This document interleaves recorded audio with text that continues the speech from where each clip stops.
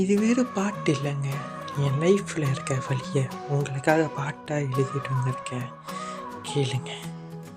பல தர மட்டும் என் கனவு எழுதினேன், நீ போன பின்னே வழி மட்டும் வாழ்ந்தேன். நீ சிரிச்ச ஞாபகம் இன்னும் என் சுவாசம், நீங்கிடும் நொடியில் நொறுங்குது மனசு.